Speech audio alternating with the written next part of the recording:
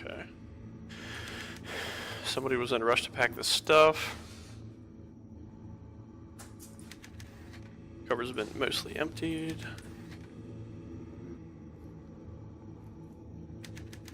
Lots of pans.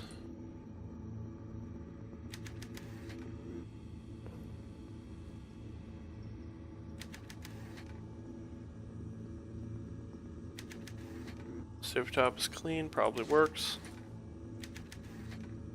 Pick up the frying pan, man. Oh.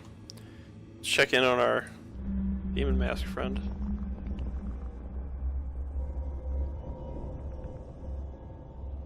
Anything? Nope, don't see him this time.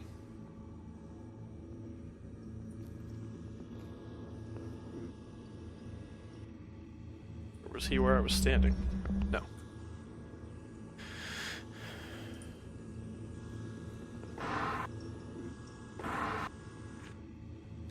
United States Patent Office, January 3rd, 1963. Eyewear with electromagnetic refracting lenses. Harris Bullard, filed blah blah blah. A pair of goggles is provided which includes a metal strip, the battery and lenses, an assembly which, when placed over the eyes so that it rests against the head, permits the metal strip to touch the skin just above the left ear, and crossing the forehead to touch the skin above the right ear as well. The function of the metal strip is to detect upon contact electromagnetic impulses from the brain and to transmit them to the lenses. The lenses are created from a glass material, a bunch of stuff, that is made to alter its refraction of light based on electromagnetic impulses received from the metal strip and amplified by the battery. This invention relates to the visualization of electromagnetic activity in the brain, and more particularly the creation of visual patterns based on the neural activity of the subconscious. Well, aren't you fancy?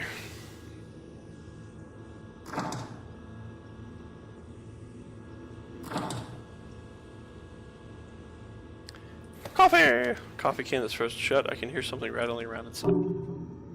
Frozen coffee can. Alright. So if they do this right, it'll melt after I carry it around for a while, right? That would actually be kind of cool. Hey, wait. She did say that the stove might work.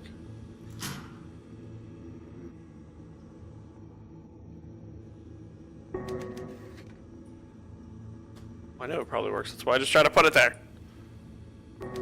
You betch. Okay.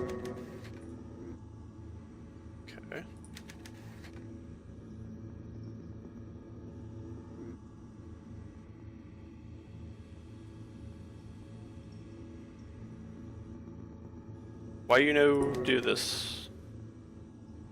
Fine. No.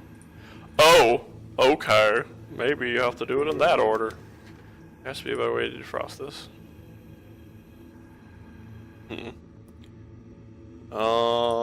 Well, put it on the pan.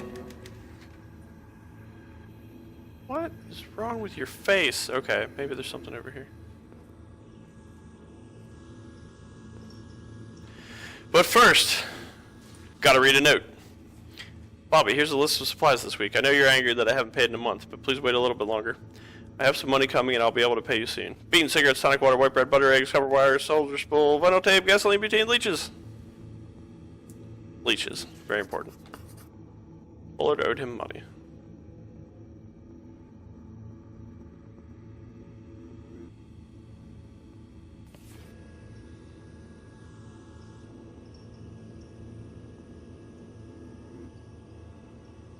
Wait a minute. Damn it. Where is it now? There's so much stuff.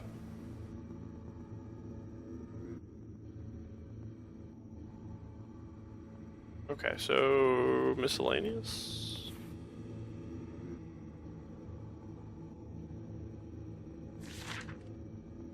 Bobby. Oh, okay, okay. Sorry. My brain thought something, but it was wrong. Harris Bullard, I am woodcutter. You will complete your research and then hand it to me, or we can discuss the South Pacific in 1944.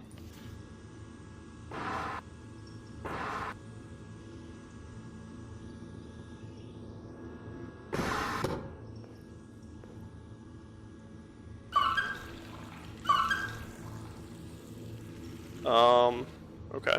So, bam! Nice on the coffee can lid melted. What's inside? Whoop, shit, fuck. I hit too many buttons. A blank page, okay. Found a blank page inside the coffee can. Well, I guess I should turn the burner off. Or, maybe I should burn the house down. Harris Bullet, I'm Woodcutter. You have 5 days, I am coming.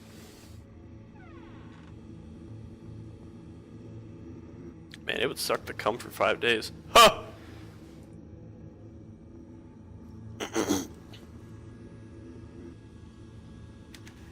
There's a well outside.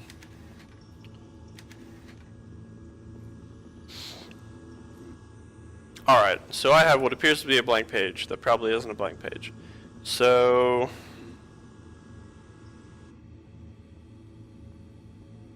can I, like, combine these things? Wait, put that on, and then... oh, well, let me do it.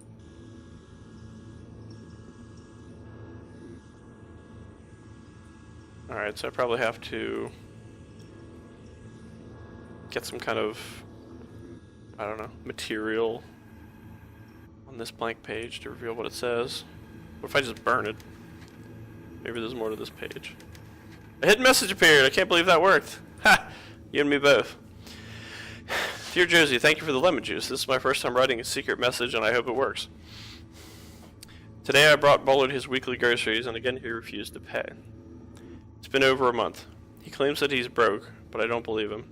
My family has bills to pay too, and you know he'd never send a white boy away without payment. I can't stand this. My mom listens to Dr. King on the radio nearly every week, and she says we've got to be vigilant but peaceful. But I'm tired of being peaceful. If somebody doesn't pay you for your work, I think you should take action. Next time I come around, Bullard's going to pay us tab, or we're going to have some words. Maybe more than words. Don't worry about me, though. I'll come prepared. Bobby.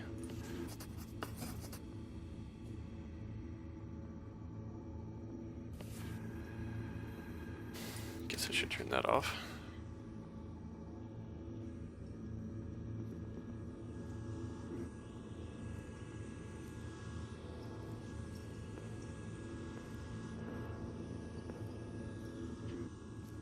Message!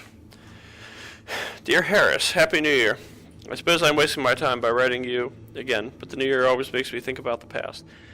I was very upset when you did not respond to my last letter. I was told that you refused my calls at the college. I understand that you are still angry, and for that I cannot fault you, but unlike you, I've gotten past our little meltdown. I've grown to see it as the inevitable terminus of our relationship, something that had to happen sooner or later, like spilt milk, as they say. It's not worth crying over. But I do have a request. I will make it plain. Harris, I need money. Some of my investments went bad last year, and with Kennedy in the White House soon, the others will certainly fail. You may hate me now, but I cannot believe you will consign me to a life of poverty. Somewhere deep down inside you, under that mask you wear in your daily life, I know you must still feel something for me. Please say you'll help me, just this once. Put down the mask and trust your feelings. Humbly and sincerely, Cynthia.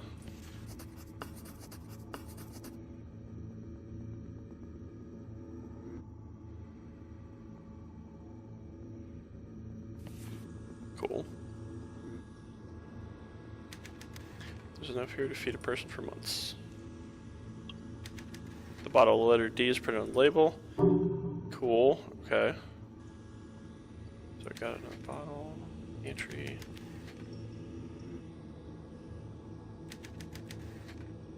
What was Bullard paying Bobby Sawyer to get? I think we already know it was the leeches. Handle turns with door won't open. I use the old key to unlock the door.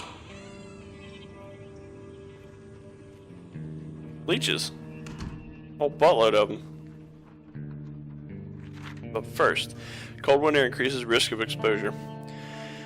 Temperatures below 20 for most of the state. Exits when the deaths from hypothermia are on the rise. Several deaths had already been attributed to the cold this year, including 2 hikers found south of Ottawa and a man in Wichita. December is one of the deadliest months, said Charles Manning, chief medical examiner at Ottawa PD. People don't realize how cold it's gotten and go out unprepared. Profound hypothermia occurs when a person's core body temperature drops below 90 degrees Fahrenheit. However, scientists do not yet understand why the deep cold kills some people and spares others. According to Manning, men are at greater risk than women, and the cold is particularly dangerous for thin people. Identifying death by hypothermia can be a challenge, said Manning. If the victim is found in the snow with his clothes half off, then we know. But sometimes bodies aren't recovered until much later, often without a mark on them. Scientists do not understand why some victims of hypothermia remove their clothing, a phenomenon called paradoxical undressing, while others do not. Last March, the body of a 30-year-old woman who had been missing for several days was found near Topeka. After failing to identify the cause of death, the coroner chalked it up to exposure to the elements. The easiest way to stay safe is to not go out alone in the cold, especially at night, said Manning. If you must go out, make sure that other people know where you're headed. Dress warmly. If you're in a car accident, stay in the car. Don't try to hoof it to the next town on your own.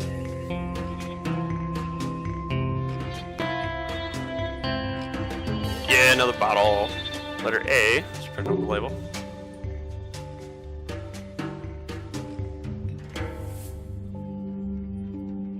Dude, I got pissed. I don't know about you. Toilet is a lot newer than the house itself. A clue! Maybe. Toilet is spotless. Letter. As I sat idly by the window today watching the snow slowly cover the fields, I remembered the story of the snow woman. I first encountered it in a thin volume of Japanese folk tales that somebody loaned me at the base in Yokohama, and a decade later is the only story from that collection that I can recall. The snow woman is a fascinating character. She is a monster, a murderer, a force of nature. Yet she has human qualities as well. Having fallen in love with a young man, she spares his life in order that she may appear to him later in another form and marry him. By telling her of his father's death, the man breaks a contract. But it's not just a contract between the man and the snow woman, it's a contract with the universe itself. It is what binds her to the mortal plane, allowing her to live as a human with the man she loves. By breaking his promise, he has destroyed her life. She is no longer able to remain with him, or with her family, even if she should want to. It is no wonder she is angry. Oh, well, maybe she should fucking tell him that the first time. Compared to the rest of the house, the bathroom is weirdly clean, almost sterile. Okay, I had a mask on. That was inappropriate. Just ordinary soap. Flashlight! No batteries. Nothing special about the faucets. I don't know, they look quite capable. Maybe you should be so down on the faucet, jeez. This is real, I could die here. It's a test, I can do this, I can do this. I'm sorry, Mom. Yep, alright. Towels are clean and pressed. Alright, so much reading. The week in review. Johnson City, Texas. President Johnson boned up on reports that correspondents at the LBJ Ranch today pending arrival of cabinet officials for a wide-ranging review of defense and foreign problems. Defense Secretary Robert S. McNamara and Deputy Defense Secretary Cyrus R. Vance were due to arrive by JetStar at 3 p.m. Central Standard Time and will remain overnight at the ranch. Saigon, South Vietnam. The Viet Cong mounted an assault on the Bien Hoa Airport in Saigon on November 1st. Washington has yet to comment on the impact of the attack on U.S. operations in Vietnam. Neshoba County. Oh man, I'm running out of breath. I don't talk this much normally. Neshoba County, MS. Is that Missouri? Yeah. 18 men arrested by the FBI in connection with the murder of 3 civil rights workers are still awaiting formal charges from the state. The men, alleged to be members of the Ku Klux Klan, are accused of murdering James Chaney, Andrew Goodman, and Michael Schwerner with the tacit cooperation of the local police. The 3 activists were visiting the area to investigate the burning of a church. Entertainment. The Supreme's Baby Love remains of the love of Pretty Woman. Outrage. Why is that there? I wonder if that's going to be important at any point in time. Baby Love. Oh, Pretty Woman. The Outrage. Who knows? Maybe it will be. If Woodcutter killed Bullard, he was pretty sneaky about it. No marks on the body, no sign of a struggle. Coroner ruled it was pancreatic failure. How do you kill a man without leaving a mark on him? And why return to the scene of the crime?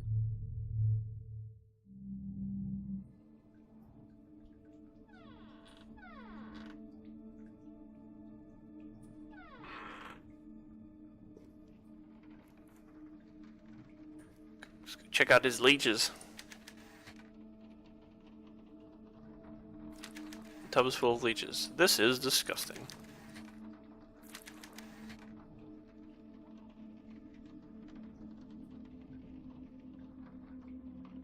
Oh. Crystal Cave, Bobby Sawyer, Chapter 14. We rounded the corner and Johnson stopped dead, like he'd been given an electric shock. I about ran into him, cursing before I heard it. From somewhere far ahead, deep in the darkness, somebody was singing. A woman's voice. It echoed off the crystal walls and then seemed everywhere at once. The song was so faint. I listened hard but couldn't make out the words. The melody was odd, ghost-like, but it was definitely a person singing. Johnson turned and looked at me but didn't say anything. We both understood. Somebody was down there. Somebody who must know the way out. We were saved. We broke into a run then. Johnson cradling his arms, we tried to cross the forest of crystal, scrambling over translucent beams of amethyst, big as fallen redwoods. I slipped, hit the smooth surface hard, got up again. We followed the woman's voice deeper and deeper into the cave. Jimmy got to the plateau first. I could tell before I made the rise that something was wrong. In the middle of the mesa was a sort of hatch like something off the deck of a submarine. It was round and made of steel, and sticking out of it was a metal locking wheel. The woman's song drifted up from it like smoke. I looked back at Johnson as I grasped the handle. He was out of breath, still clutching his wrist where his hand had been, trying to keep the cloth tourniquet tight around the stump. He nodded and I gave it a turn. That guy got fucked up. So, leeches, huh? Oh wait, let's check out the mask. Oh, yeah, what's up, man?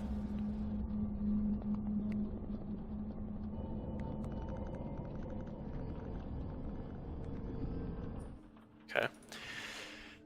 Other than that, I need to find all the 4 bottles first. Okay. I unlocked the door. Hey, look where I am.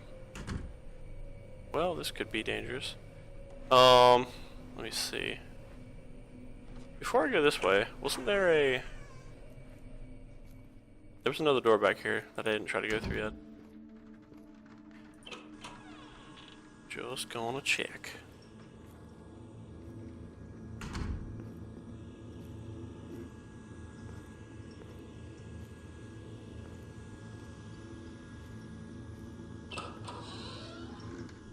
Oh.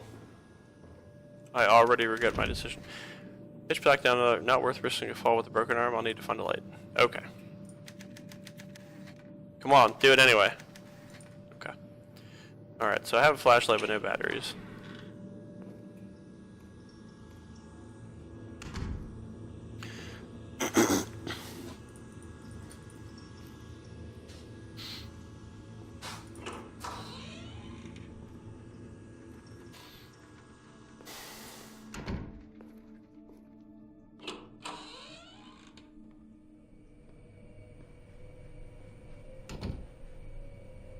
Okay.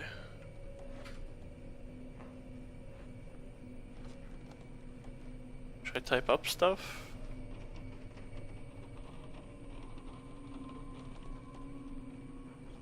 No.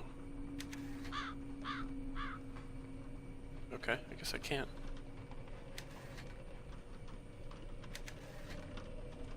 Why so surprised, little guy? Let me see, I don't have anything that goes...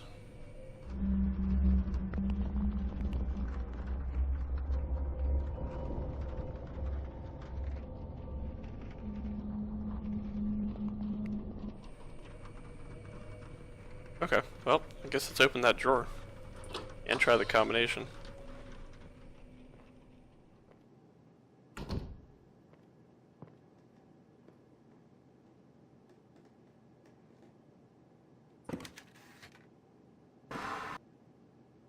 Bottle. Letter E.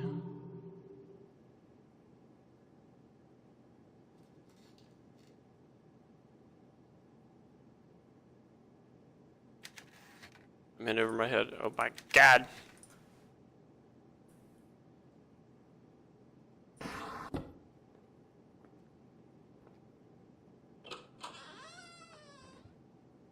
Time to open the safe and hopefully not die.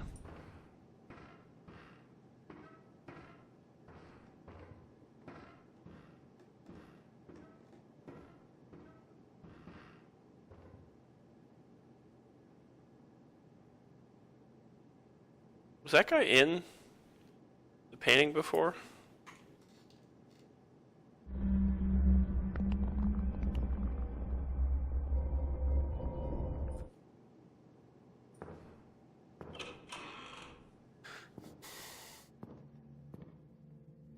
Oh, fuck you, monkey.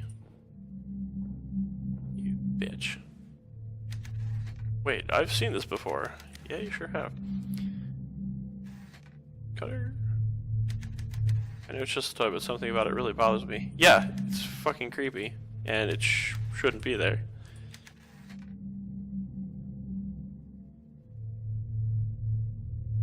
Alright.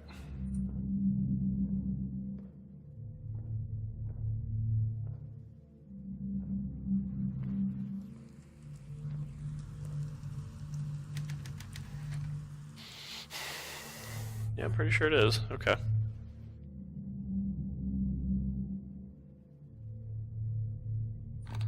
So we want to go left. Yeah. And then right to 50.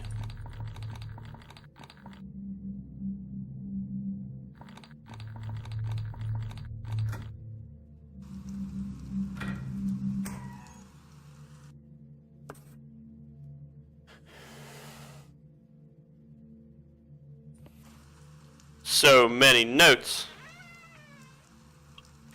Oh.